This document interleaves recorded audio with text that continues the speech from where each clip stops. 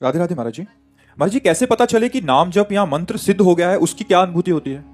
भगवत साक्षात्कार हो जाता है। उसका प्रमाण स्वयं भगवान देते हैं कि अब आपका काम हो गया।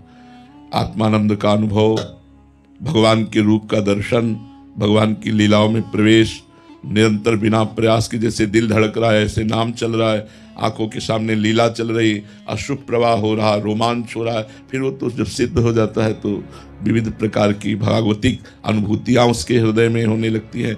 दूसरे से किसी से प्रमाण लेना थोड़ी होता है कि आप बताओ हम सिद्ध हो गए कि नहीं। वो तो अपने आप अनुभव, जैसे हम छक जाते हैं तो हमें पता होता है ना कि हम छक गए, ऐसे ही जब नाम का प्रभाव भगवत साक्षात्कार करवा देता है तो अपने को ही तो अनुभव होता है कि काम हमारा हो गया। लेकिन ऐसा नहीं है कि जिसका काम हो जाता है वो भजन बंद कर देता है, उसका और भजन होता है। भजन की भूख बढ़ जाती है, प्रेम में और भजन बढ़ जाता है, और भगवान से मिलन की व्याकुलता होती है, मिल के फिर मिलन की व्याकुलता होती है।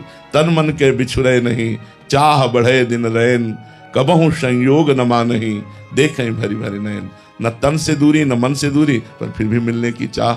यही भगवत स्वरूप का महिमामय रूप है। उसी में आसक्त चित्त होकर निरंतर डूबा रहना, ये सिद्ध महापुरुषों का स्वरूप है।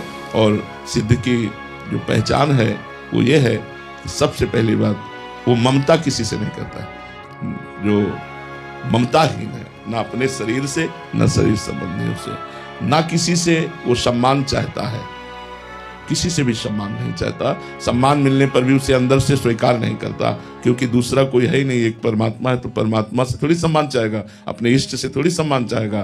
तो निर्माण अमोहा जित संग दोषा, किसी भी संग का उसके ऊपर प्रभाव नहीं पड़ता, चाहे वो कितने भी गलत आचरण वालों के बीच में हो। जो रहीम उत्तम प्रकृति का कर सकत कुसंग, चंदन विष व्यापत नहीं लपटे रहत भुजंग।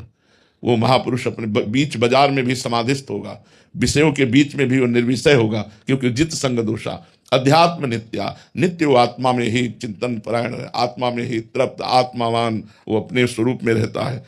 विनिवृत्त कामा, जिसकी समस्त कामनाएं निवृत्त हो चुकी हैं। द्वंद्व विमुक्ता, जो समस्त द्वंद्वों से मुक्त हो चुका है, मान अपमान लाभ हानि सुख दुख आदि द्वंद्वों से, और जो सुख दुख में समान भाव रखता है वही परम पद का अधिकारी अर्थात सिद्ध हुआ पुरुष होता है। जो मान रहित, जो मोह रहित, जो संग दोष रहित, जिसकी सारी कामनाएं शांत हो चुकी हैं। ब्रह्मभूता प्रसन्नात्मा, जिसको भगवत तत्व का अनुभव हो जाता है वो प्रसन्नात्मा रहता है। उसमें किंचन मात्र कहीं शोक या हर्ष नहीं, प्रसन्न आत्मा। न सोचती न कांक्षति, न कोई सोच है न कोई चाह है। वो पराभक्ति को प्राप्त हुआ महापुरुष है, अखंड प्रसन्नता प्राप्त हो जाती है।